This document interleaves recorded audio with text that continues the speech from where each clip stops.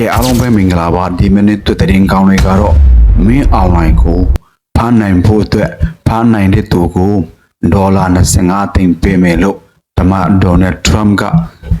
ပြောသွားတာဖြစ်တယ်အဲ့ဒီအကြောင်းအရာကိုကျွန်တော်တို့နားထောင်ကြရအောင်တော့အရန်စိတ်ဝင်စားစရာကောင်းတာဖြစ်တယ်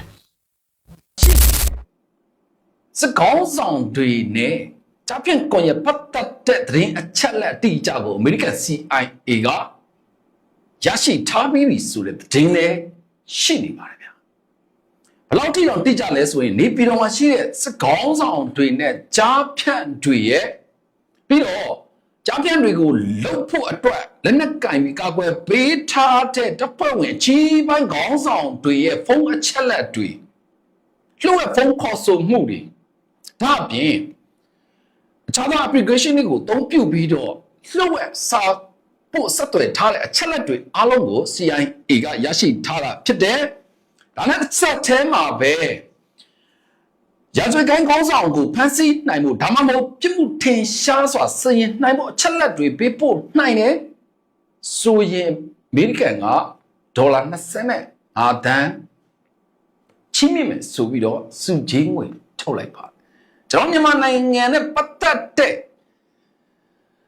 ရာဇဝတ်ခေါင်းဆောင်တဦးနဲ့ပတ်သက်ပြီးတော့အမြင့်မားဆုံးစုချင်းအမေရိကန်ကထုတ်လိုက်တာဖြစ်တယ်ဗျာ။မြန်မာ online ကိုဖမ်းမယ်ဆိုရင်ဒေါ်လာ5သန်းစုချင်းထုတ်ခဲ့တယ်ဆိုတဲ့ဒင်းလဲကျွန်တော်အရှိမကြားခဲ့ဘူးလေဗျာ။အခုဒေါ်လာ25သန်းဆိုတော့လောက်ကန်ရတာပို့ပြီးတော့အဆင်ပြေသွားပြီပေါ့။ဟုတ်ပြီ။ဒီဒင်းနဲ့ထုတ်ပေါ်ပြီးနောက်ပိုင်းမှာရှစ်ကုတ်ကမှညမထွက်ရအမိတ်လဲ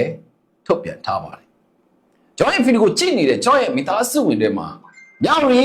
ရှစ်ကုတ်ကိုစတဲ့နေရာတွေနဲ့ပတ်သက်ပြီးတော့နေထိုင်တဲ့သူတော်၎င်းသိတဲ့သူတော်၎င်းကျွန်တော်ရဲ့မိသားစုဝင်တွေကြည့်ပြပါရွှေကုတ်ကိုမှညမထွက်ရအမိတ်ဘယ်တော့ကထုတ်ဖူးလဲဆိုတာပါပဲ။ရှစ်ကုတ်မှညမထွက်ရအမိတ်ခါမှ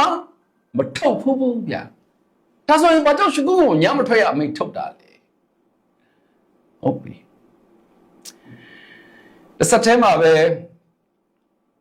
ဇော်မဲလိန်ကလည်းပဲထုတ်ဖော်ပြောဆိုလာအဲ့ဒါကတော့ရှီကုတ်ကိုနဲ့ကျွန်တော်တို့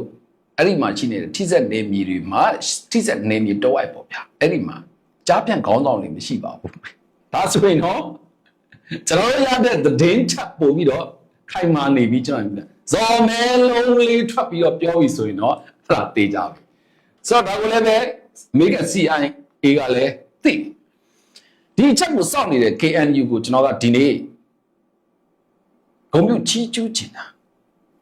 ကျွန်တော်ကြားပြတဲ့ပတ်သက်တဲ့သတင်းတွေအများကြီးထွက်ပေါ်လာတယ်အဲ့ဒီအရှိမကျွန်တော်ဒီကဘောနဲ့ပတ်သက်ပြီးတော့ DKPA တို့ PC တို့စားတဲ့သူတွေတွားပြီးတော့ငင်းငင်းဆိုတဲ့ခေါင်းစဉ်တွေအောက်မှာရွေးကောက်ပွဲနဲ့ပတ်သက်ပြီးတော့သူတို့တွေကာဝယ်ပေးပါမယ်သူတို့တွေပူပေါင်းပါဝင်ပါမယ်သူတို့တွေကုညီထောက်ပံ့ပါမယ်လို့တရားဝင်ပြောခဲ့တဲ့အချိန်မှာတော့မှ KNU တခွန်းတပါကမှထုတ်မပြောလာတာကိုကျွန်တော်တို့တွေ့ရတယ်ဗျ။ဒါပေမဲ့ KNU ဘာကိုစောင့်နေလဲဆိုတာကျွန်တော်တို့အရင်ကစိတ်ဝင်စားနေတယ်။ဒီနေ့တော့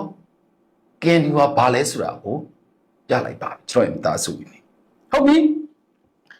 ကျွန်တော်ကဒါတွေကိုတစ်ချိန်နဲ့ကျွန်တော်ရဲ့မိသားစုကိုထိ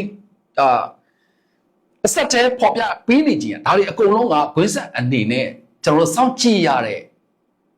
တကယ်ကိုစိတ်ဝင်စားစရာကောင်းတဲ့အချိန်ကာလတစ်ခုကိုရောက်ရှိနေတာပါ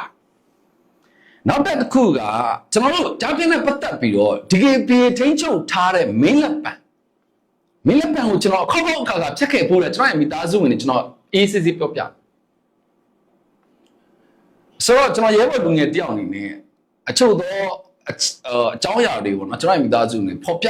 ဖို့ကျွန်တော်အနေနဲ့အစင်မပြေသေးလို့ဒါလေကျွန်တော်အချို့အရာတွေမပြောသေးတာပေါ့နော်တစ်ချိန်ကျရင်တော့ကျွန်တော်မိသားစုတွေနေသိအောင်ကျွန်တော်ဖော်ထုတ်ပေးမှာပါဟုတ်ပြီကိုမင်းလည်းပန်း flow လေးကျွန်တော်တို့ခေါ်တာ flow လို့ပဲခေါ်တာအရင်က